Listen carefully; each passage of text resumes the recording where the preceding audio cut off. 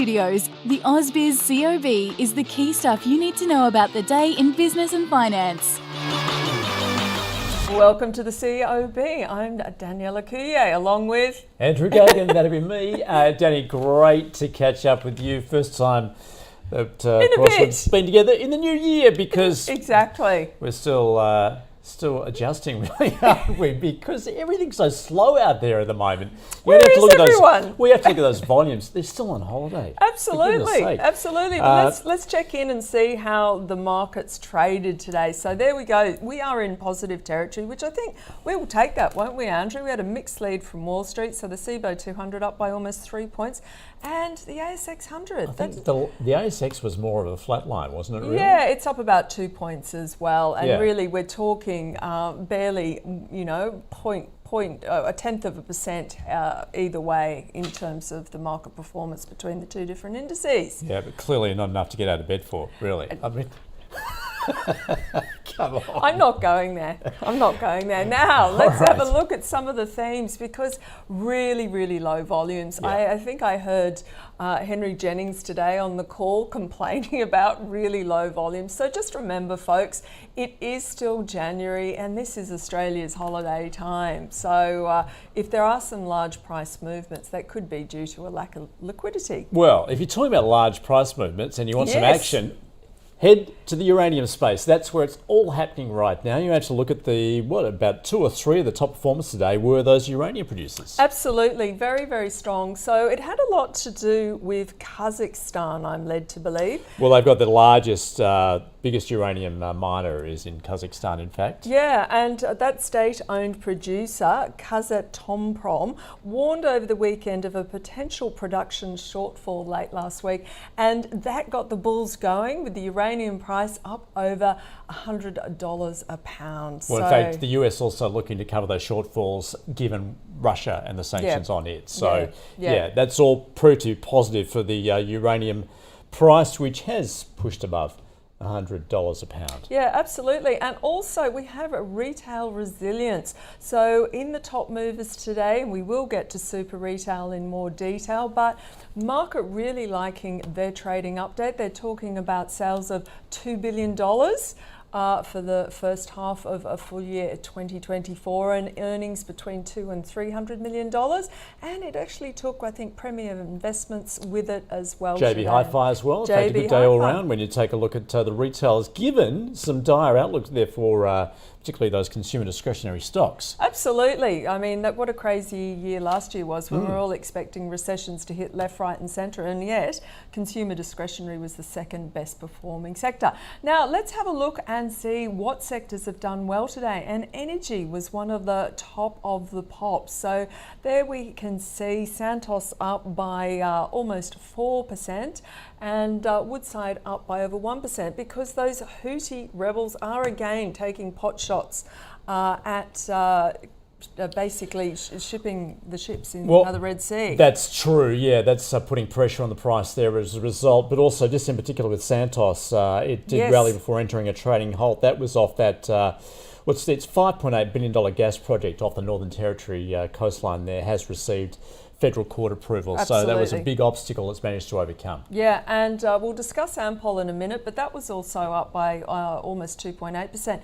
Now, the other sector that was in focus and strong today were the retailers, the consumer discretionary stocks, and there we can see JB HiFi up by almost 4% and Premier Investments up by 4.5%. And if we check the second page there is super retail up by over 6%. Yeah, some impressive moves right there. Now let's round it out with the telcos. Yeah, and Telstra, which has not been a great performer, put in a really good performance today in quiet market, up by 2.3%, almost at $4. And I looked, but I'm afraid I couldn't find any news on that one.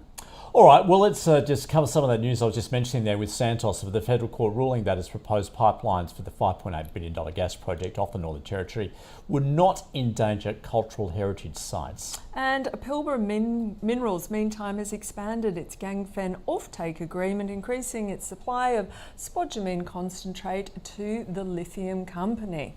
Danny, you're talking about Ampol. Its strong balance sheet could sustain special dividends of $1 a share or equivalently sized on market share buybacks until 2027. That's according to analysts at E&P Financial.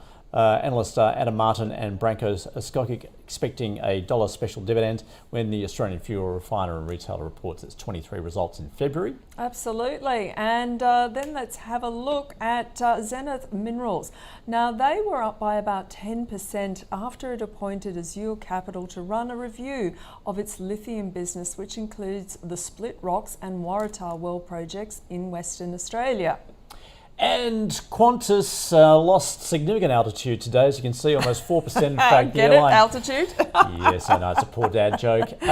It's engaged in yet another legal battle with its workforce amid allegations that it underpaid aircraft engineers in the US as much as $10 million. I don't like to hear things like that because if we're passengers on those flights, I don't like to hear that engineers haven't been well paid, because you can see the travails Boeing is under when they've got some engineering problems. You perhaps need to be focused on the make of plane today rather than actually the airline itself. That 737 MAX. And if anybody wants to learn about it, I'm going to drop my only ever time I have about the Shareplicity books.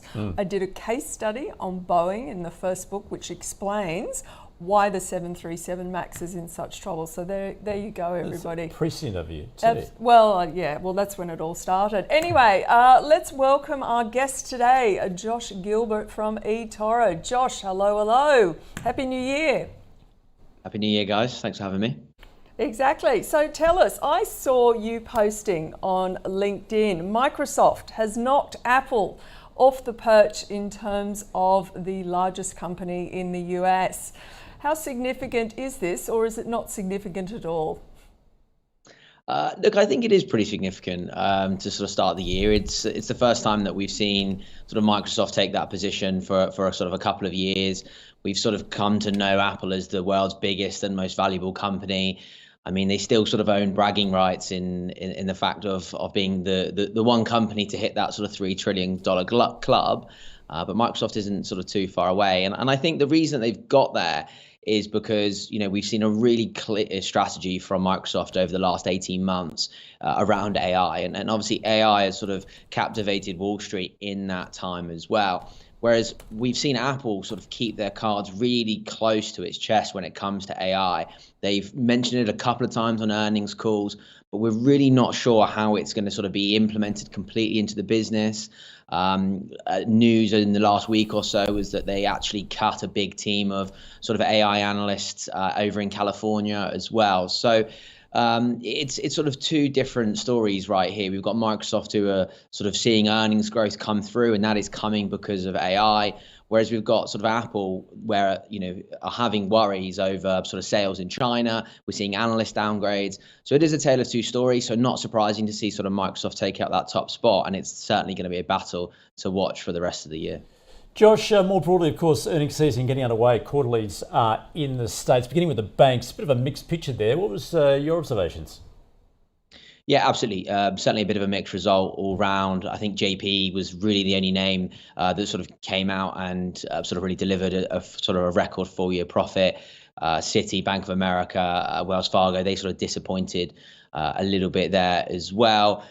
Goldman and Morgan Stanley are probably the names to watch this week, are probably the two last to sort of come through. That's obviously going to be a real focus there on the wealth management side, especially from sort of Goldman. And I think there could be a bit of a benefit there on that sort of end of year rally. Ultimately the performance that we sort of saw in equities and obviously sort of fixed income. Investment banking revenues may still be a little bit weak there. Obviously M&A activity has sort of remained pretty slow. We've not seen obviously too many IPOs pick up. We did see that bit of a flurry in the back end of sort of last year as well. So it could be again slightly mixed, as we've already seen. They have sort of under delivered, but more broadly in earnings season, we're expecting to see anywhere between about 4 to 5% earnings growth for the quarter, which I think will pretty solid. We had a beat on earnings growth expectations in sort of Q3. So if we can get that again, I think it will set us up really nicely as we start this year. Absolutely. Let's turn the attention back home, Josh. And we were discussing earlier, volumes are really low at the moment. People are away. But what sort of outlook? Are we looking at more volatility when our earnings season starts here as well in February? Yeah, look, it's obviously been a pretty slow start to the year. People just sort of coming back. I think you only came back this week, Danny, as well. So, but no, look, I think it is that sort of slow start. It's ultimately, a bit of trepidation, a little bit of caution as we go in to sort of that start of the year. I think obviously earnings season is probably going to be that one that most investors do sort of look towards as maybe that sort of leader of sort of where we're going to go this year. We're also sort of starting to see that little bit of a rotation that we had at the back end of last year. That came a little bit earlier than we anticipated. But we also, I think this is really important. We have started to see, a lot of capital go into cash, a lot of profit taking that we saw heading into sort of the back end of last year. And I think that is maybe set up for actually coming into this year, that rotation happening, reinvestment sort of coming back through. So we did see that in the last sort of 6 months of the year quite heavily, quite a bit of profit taking as well, especially on some of those sort of tech stocks that performed particularly well last year. And that actually may prove to be pretty prudent if we do tend to see that rotation into sort of those unfavored names that we had in 2023. And just taking a look regionally in the Asian session today, interesting divergence here. Japan, the Nikkei there, the average reaching a 34-year high. Very different story in China though, those stocks plumbing 5-year lows. Yeah, look, I mean, it is a bit of a tale of two stories there. I mean, China is still going to be that conversation this year over stimulus. I think obviously the disappointment today came from not having that rate cut that I think the market expected, especially after that deflation print that we got on Friday from China. That's the longest sort of deflationary period that we've seen in China for over a decade now. So I think there was a big expectation to sort of get that rate cut. What we have seen though is we did see sort of shares in China sort of reverse, in the session. I think sometimes what we can get from China and what I think we've seen over the last sort of 12 months or so is that when we do maybe get bad news or when we don't maybe get things going in the right direction, that ultimately it does spur on expectations that we will sort of get a larger amount of stimulus coming through. Ultimately we haven't seen aggressive steps from policymakers in China. It has been sort of drip fed. We did get a pretty decent support from policymakers in sort of December, but they sort of stopped shy of sort of a rate cut. So I think there's plenty of work to do in China still to sort of really sort of see consumption pick up to sort of enjoy a better year. But I do still think that as a contrarian investor, you're going to be looking at this to think that China is going to sort of step in and that will be a market that does start to rebound at some point this year. Okay, Josh. Well, interesting thoughts there to wrap up for us today. Thank you so much for joining us. My pleasure, guys. Have a great week. See you, mate. Okay, that was, of course, Josh Gilbert from eToro. So Andrew, let's check in some of those leaders that we have seen today. And look, Uranium stocks, Boss Energy and Paladin. Well, in fact, all of those were just spoken of, aside from Elders, which is also doing well again today after a positive moves last week as well. But those uranium stocks and also those retailers are doing very well today. In terms of those going in the wrong direction, though, Chalice is coming under pressure again, along with, in fact, the miners in general were fairly weak today. Yeah, gold miners. Actually, gold miners are doing pretty right? well, but we have seen, of course, the iron ore price is under continued pressure, so that's resolving there. But I guess the weakest sector within the materials were the lithium miners again. Absolutely. And let's now have a look at some of the small cap movers today. And we have Peninsula Energy up by almost 24% and Alligator Energy up by over 16%. Next Gen Energy Canada up by 12% and Clearview, well, there we go again, up 10% and MedAdvisor up 9%. Yeah, once again, it was in that uranium space, wasn't it? They were doing very well, particularly at the smaller end of the market. Yeah, absolutely. Those in the other side of the ledger, though, let's see if we can get those up. Yeah, so Articore down by 18%, 4D Medical under selling pressure, off by 10%. And as we mentioned before, Chalice Mining off by almost 9%. All right, well, let's catch up with our stock of the day. It was Super Retail, which we've been talking about off the back of its trading update. Nathan Somersundaram of Deep Data Analytics and Henry Jennings from Markets Today shared their view on the stock.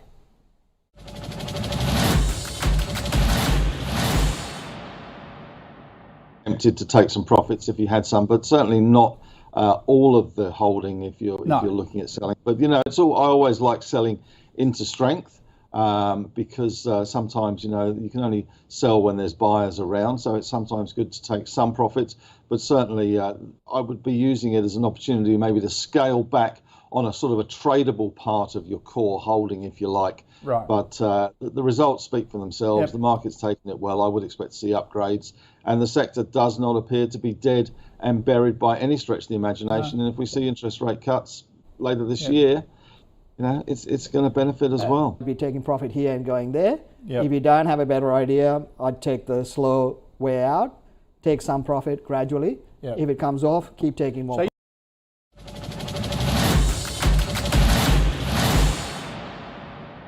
Okay, now let's check in with what is happening overnight. And of course, the US markets are closed.